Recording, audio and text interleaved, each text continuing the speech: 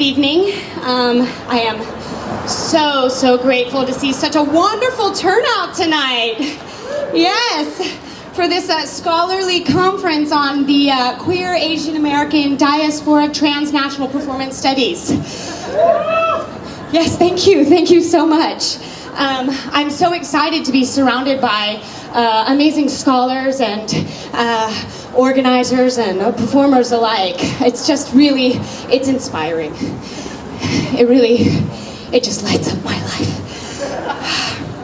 So, as you know, this newly emerging field seeks to frame in an academic and scholarly context the performativity of gender, sexuality, class, nation, ethnicity, and race. And as your keynote speaker, I'm going to take this opportunity to elaborate on the current research in the field and possible directions in the horizon, the queer horizon. What's on the other side of that line that we look at in the distance? Although over there I see in the distance the moon, and she looks beautiful too. Harvest moon, yes. Okay, I'm a little nervous. I left my talk at home, so it's a good thing I carried my computer everywhere. Yes. Okay. Any other academics out there? Yes? It's an academic conference. I imagine you're all academics. You're just not so vocal about it. Okay. Yes, Asian American Studies. Yes. Hey. I'm currently teaching in Asian American Studies at the Claremont Colleges. Anyone? Claremont Colleges? Yes. Hey. I'm teaching the Queering Asian America class at Scripps. Oh no, Harvey Mudd. Yes. But I also teach at Scripps in the spring, so take my class. Okay, so please do find me on Facebook, Genevieve Aaron O'Brien, and just like me on Facebook, because you know a measure of scholarly aptitude is how many Facebook likes I get. They look at that for tenure, I swear. So I'm currently investigating notions of queer theory, Asian American diaspora, transnational cultural capital, and thinking about this all in the context of failure. This will all make sense. For the purpose of our scholarly talk today, our organizing professor, Professor Tracy Kato Kiriyama, she asked me to share who lights up your life. And instead of making you suffer with who lights up your life, because I can't actually sing, actually. So indeed, let me tell you what lights up my life. Very little lights up my life like the way that the rapid, infectious spread of queerness across the globe does. Yeah, 10% is not enough. Recruit. Oh, sorry. Those were my activist days. Yeah, okay. So I'm utilizing the recent LGBTQ flash mobs in Ho Chi Minh City, Vietnam, and Hanoi as the archive. Yeah, I'm seeking to engage a queer reading of flash mobs, specifically with regards to the path along which it's evolved as a tactic for visibility, and the recent emergence of LGBTQ flash mobs. Yeah. So I'm looking at Judith Jack Halberstam's theory of failure as a queer project, and as a reference to queer art of failure. I contend that flash mobs are a queer interruption to heteronormativity, and by their very inception evoke this queer failure project. You see, Halberstam asserts in the Queer Art of Failure, a great book, queer art of failure dismantles the logic of success and failure under which we currently live. So the first flash mobs were created in Manhattan in early 2000s. Yep. By Bill Wasick. He was a senior editor at Harper Magazine. It's a magazine. And the first attempt was actually unsuccessful. So it started out as a failure.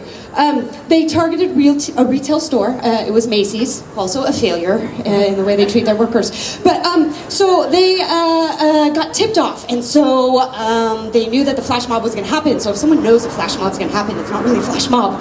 So that was busted. And then they avoided their next successful flash mob failure by letting people know through social media. Yeah, like Twitter. I wish I knew how to Twitter. I think I'm just ever slightly too old for Twitter. I mean, I can learn.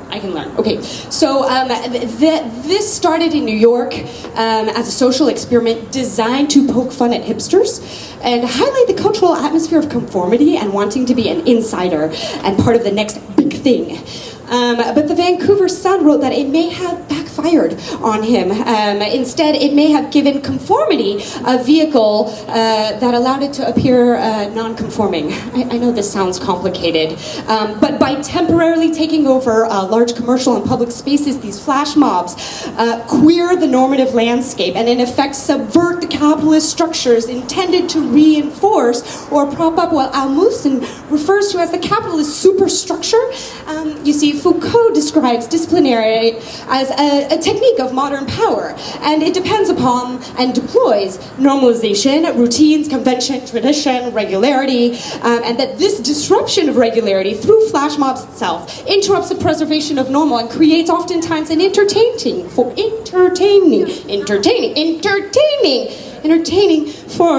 of resistance to the everyday rote mechanisms of consumer-driven culture. To quote Jack Halberstam, we can recognize failure as a way of refusing to acquiesce the dominant logics of power and discipline as a form of critique. As a practice, failure recognizes that alternatives are embedded already in the dominant and that power is never total or consistent. Indeed, failure can exploit the unpredictability of ideology and its indeterminate qualities. So what I'm trying to say, exactly, yes, thank you, yes. What I'm trying to say, this may seem convoluted and highly academic, and in honor of the many performers who went before me, and thank you, Jenny San Angel, for that cultural interlude at this conference. We need that kind of spirit. Because we go back to the rad Asian days. And of course, the performers, the many performers who will come after me, happiness will blow your mind, and they will make my failure look amazing. I can't even explain how until you see it.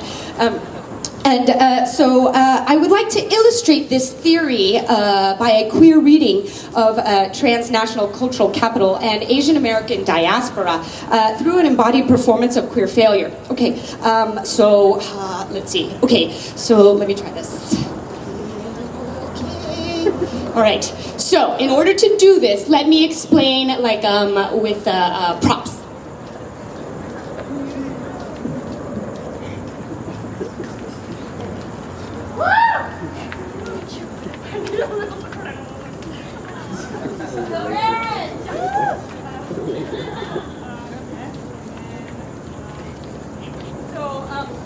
Okay, so let me explain like a line, okay? So this is like a line, right? A line like back in the, anyways, a line, yes? Okay, so to queer this line, look at this. That's queer theory, my friends. You don't have to go to an expensive college to learn it.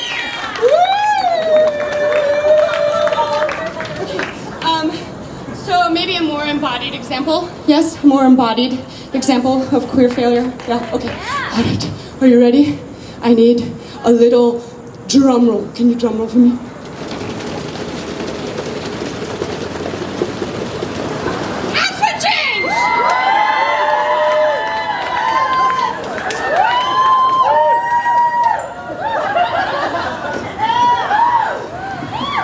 Do you like my outfit?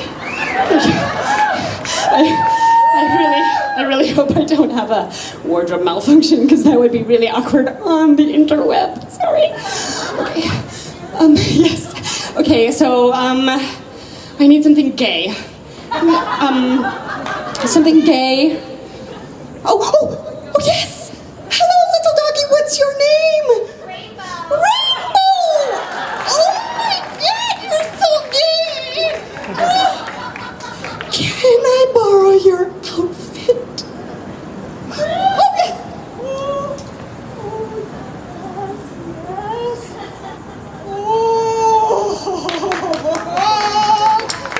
Okay, all right, I need something Asian. Something Jenny San Angel, what are those? Those Hello Kitty shoes? Fuck yeah. Give me your shoes!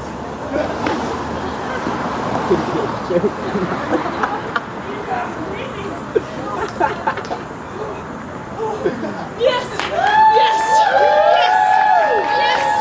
And now I need something hipster. What you got? Something hipster? Hipster? I saw that guy with that mason jar. Hold on! I'll just repurpose my bracelet that I made out of elastic from my CSA organic delivery box. my God,